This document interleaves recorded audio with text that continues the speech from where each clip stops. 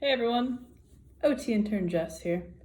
I want to talk to you guys today about healthy snacks and how to do it in a cheap manner. So, first and foremost, evaluating where you get your food is the first step in this process. I would recommend shopping in places like Aldi and sometimes even like Kroger or Meijer for certain specific items. So, the key to eating healthy food is knowing what you're putting in your body. One thing that I tell myself and try to tell others is that if you're going to consume foods that are high in sugar, high in carbohydrates, those are going to put a lot of additional weight onto you. So today, what I wanted to talk about was just evaluating some different types of foods that were cheap and easy to get a hold of, and some ways to get it that may not put so much stress on you during this pandemic. Before I begin talking about healthy snacks and food options, I wanted to kind of give you a little insight to who I am. Yes, I am an OT student intern. However, I have trained over the past years for strong women activities and events.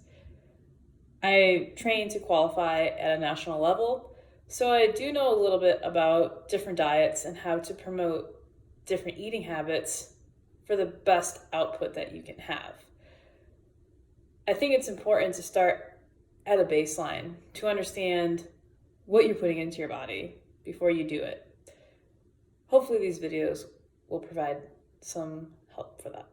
So some cheap and easy ideas to getting some food that is healthy inside of you is of course going the route of vegetables and fruits.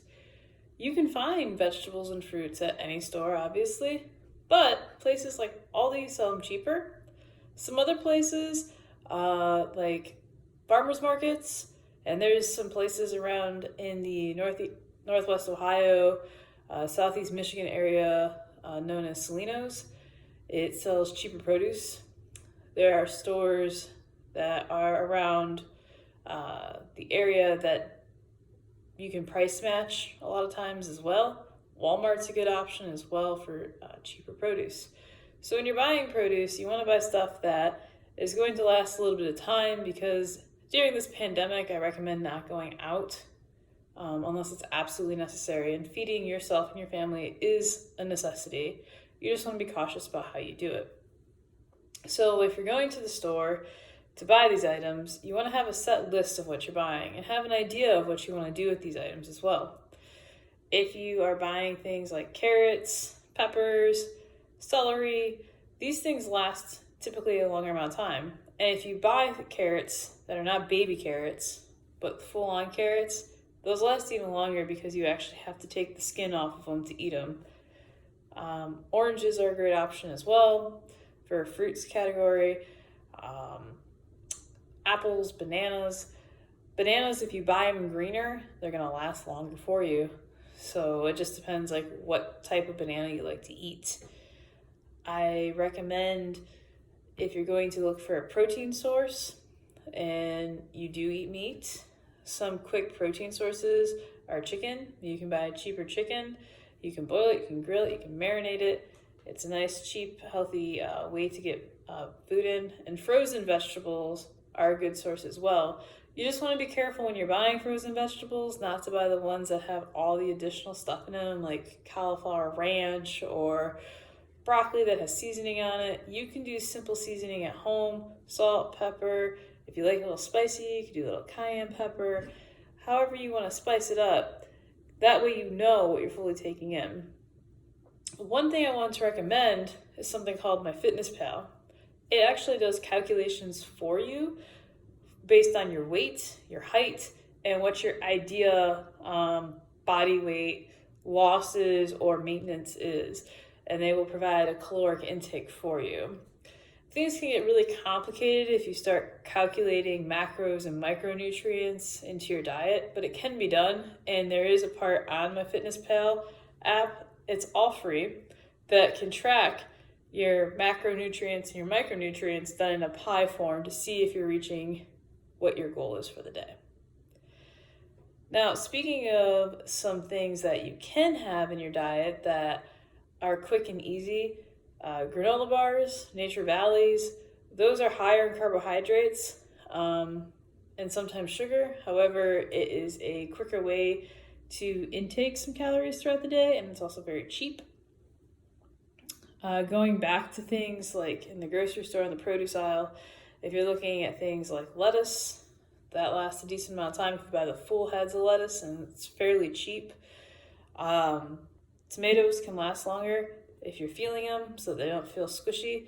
Those are going to last longer. Potatoes are a carbohydrate and a sugar.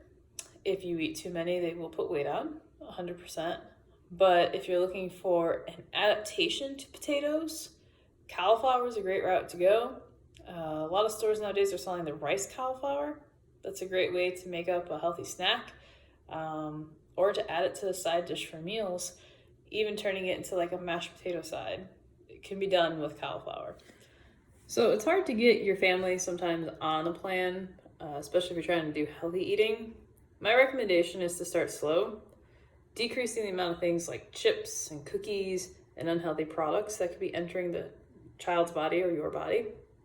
Replacing that with things like cut up peppers, applesauce packets. Those are cheap and easy to get your hands on.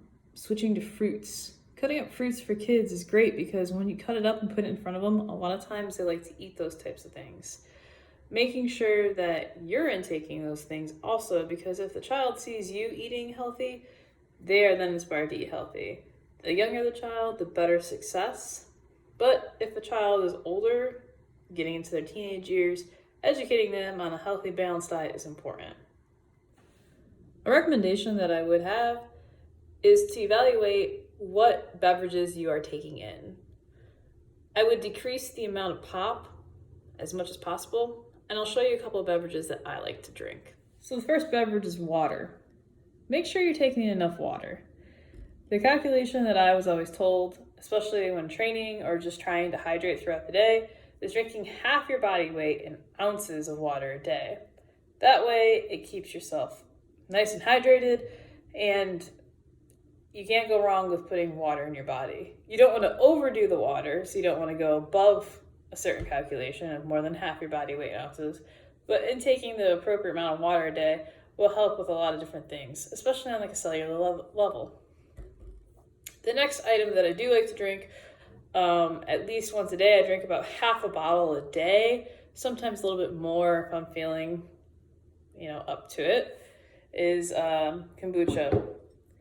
This is really cheap if you go through Aldi's. It's not the same brand. I happen to get this from Costco, but it's a good source of probiotics through the day, and probiotics are great for your gut health. There's a lot of studies out there that show that. It depends if you are interested in doing that. However, I wanted to flip over to the nutritional facts on this. So this bottle alone, for the whole entire bottle, has 60 calories in it. If you go down to the sugars, you're looking at 16 grams of sugar. So yes, that's kind of high. And if you're looking at like a bottle of pop, it's less, but it's still sugar that you're inputting in your system. And then it has 16 grams of carbohydrates, which primarily come from that sugar. So when you're calculating things for the day, you want to look at things like your sugar intake, your carbohydrate intake, as we talked about. Fat percentages are important as well, but good fats can be good for your body. Good fats include avocados, coconut oil, a little bit of olive oil. If the goal is weight loss, I can tell you that using MyFitnessPal would probably be the best way to track that. I will read to you something that not everybody follows, but it's fitness within 100 words. So let's talk about world-class fitness in 100 words. I'm actually not going to go all over the 100 words because this is written by Greg Glassman and he founded CrossFit. My expectation for you is to not do CrossFit. That is very intense and the choice is yours if you want to participate in it. But what he says is to eat meat and vegetables, nuts and seeds and some fruit, little starch, and no sugar. Keep intake levels that will support exercise but not body fat. Now, eliminating everything from your diet from the first off, I don't recommend. You're going to have massive cravings and you're going to do stuff very unsuccessfully. Start to integrate things into your diet. take things out one at a time. Don't just go gung-ho and get rid of all the bread in the house. Get rid of all the milk in the house. Your kids will not like you for it. And personally, you can do things in moderation, but being wise about how you intake them into your body. That's why I recommend tracking what you're doing, because if you track what you're doing, you're going to make health-conscious decisions about what you're putting into your body. I'm constantly trying to perfect what I'm putting in and out of my body. Unfortunately, with grad school and other stresses in life, like pandemics that are happening, the intakes can fluctuate. And so I've been constantly reminding myself to love who I am and to love myself, as you all should do, but also start to take some accountability for what you put into your body. Lately, I have been using MyFitnessPal, and it has helped because I can see things that I have not seen once before. And so being able to hold myself accountable for what I'm putting in my body, even though I thought, and I still have the idea like, oh, it's not that bad. When things start to add up and you start to look at things through statistical data that it provides to you, it makes a difference. So hopefully these tips and tricks are enough to jumpstart a healthy lifestyle while in this quarantine. I know it's hard because it's easier to snack when you're bored. Instead of snacking, try something physical. Try deep breathing. Try stretching exercises. YouTube is a plethora of options of great activities. Our OT site has provided plenty as it is, but we have no idea how long this quarantine is going to last. So maybe looking for alternatives to different workouts is ideal. If you have any comments, please leave them below. I'd be more than happy to answer them and provide additional links of people who do additional workouts or can provide more insight to different types and styles of eating. Don't forget to like and subscribe.